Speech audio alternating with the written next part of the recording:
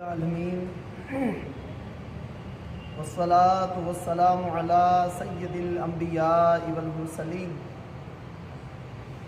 اما بعد فاعوذ باللہ من الشیطان الرجیم بسم اللہ الرحمن الرحیم الصلاة والسلام علیک یا رسول اللہ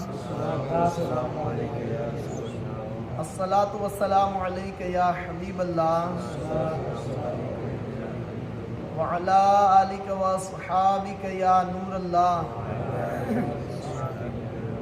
صلی اللہ تعالی علیہ وسلم۔ فرمان مصطفیٰ صلی اللہ تعالی علیہ وسلم، قیامت کے دن اس کی ہولناکیوں سے جلد نجات پانے والا تم میں سے وہ شخص ہوگا جو بکثرت مجھ پر درود شریف پڑھنے والا ہوگا۔ صلو علی الحبیب صلی اللہ تعالی علی محمد صلی اللہ تعالی علیہ وسلم۔ کل کے درس میں دینی اخلاق دل میں کب راسخ ہوتے ہیں، اللہ تبارک و تعالیٰ کی عبادت خوش دلی سے کرنے اور سعادت کس چیز کا نام ہے، یہ آپ حضرات نے سماعت کیا۔ اخلاق حسنہ کی غرض کیا ہے؟ اخلاق کی غرض یہ ہے کہ نفس سے دنیا کی محبت منقطع ہو اور اللہ پاک کی محبت نفس میں راسخ ہو جائے۔ اس صورت میں اسے اللہ تبارک و تعالیٰ کی ملاقات سے بڑھ کر کوئی بات پسند نہیں ہوتی اور وہ اپنا مال اس کام پر خرچ کرتا ہے جو اسے بارگاہ الہی تک پہنچائے، اور اس بندے کا غصہ اور خواہش اس کے قابو میں ہوتی ہے اور ان دونوں کو اس طریقے پر استعمال کرتا ہے کہ جس سے وہ اللہ تبارک و تعالیٰ کا قرب اور نزدیکی حاصل کرے، اور یہ اسی صورت میں ہوتا ہے جب وہ شریعت اور عقل کے ترازو پر غصے کو اور خواہش کو تولتا رہے، پھر وہ اس پر خوش ہوتا ہے اور اس سے لذت محسوس کرتا ہے، اور یہ بات ناممکن نہیں ہے کہ نماز میں سرور حاصل ہونے لگے، نماز آنکھوں کی ٹھنڈک بن جائے اور عبادت میں اسے لذت محسوس ہونے لگے، کیونکہ عادت کے سبب، عادت کے باعث تو نفس میں اس سے بھی زیادہ عجیب و غریب امور پیدا ہوتے ہیں۔ جیسا کہ دیکھا جاتا ہے کہ بادشاہ اور عمرا جو ہیں وہ ہمیشہ غمگین رہتے ہیں، جبکہ مفلس اور کلاش جواری بسا اوقات اپنے جوئے میں لذت اور خوشی پاتا ہے۔ اگر دوسرے لوگوں کی بھی یہ حالت ہو جائے کہ اس کی حالت تو جوئے کے بغیر ان کی زندگی جو ہے وہ بوجھ بن جائے، حالانکہ بعض اوقات جواری کا مال جوئے کی وجہ سے چلا جاتا ہے، ختم ہو جاتا ہے، گھر تباہ ہو جاتا ہے اور وہ بندہ بالکل مفلس ہو جاتا ہے، لیکن اس کے باوجود وہ جوئے سے محبت کرتا ہے اور اس سے لذت محسوس کرتا ہے۔ ایسے کئی ایک لوگ ہیں کہ جو محنت مزدوری کرتے ہیں، رات کو دو پیسے کماتے ہیں، پھر جا کے آنکڑے کھیلنے کے لیے چلے جاتے ہیں اور اس میں ان کو لذت محسوس ہوتی ہے، اس کے بغیر ان کو چلتا نہیں۔ وہ ایک طویل عرصے تک اس سے چونکہ مانوس رہے ہوتے ہیں اور خود کو اس میں انہوں نے لگائے رکھا ہوتا ہے۔ اس طرح کچھ لوگ جانوروں کے شوقین ہوتے ہیں، کبوتر بعض بسا اوقات دن بھر دھوپ میں کھڑا رہتا ہے، پرندوں کی حرکات، ان کی اڑان، آسمان میں ان کے حلقے بنانے پر خوشی محسوس کرتا ہے، اسے دھوپ میں کھڑے رہنے کی تکلیف بھی محسوس نہیں ہوتی۔ اسی طرح فاسق، فاجر، عیار، گنڈے قسم کے لوگوں کو دیکھتے ہیں کہ انہیں مار پڑتی ہے، چوری پر سزا ہوتی ہے، تو وہ اس پر فخر کرتے ہیں،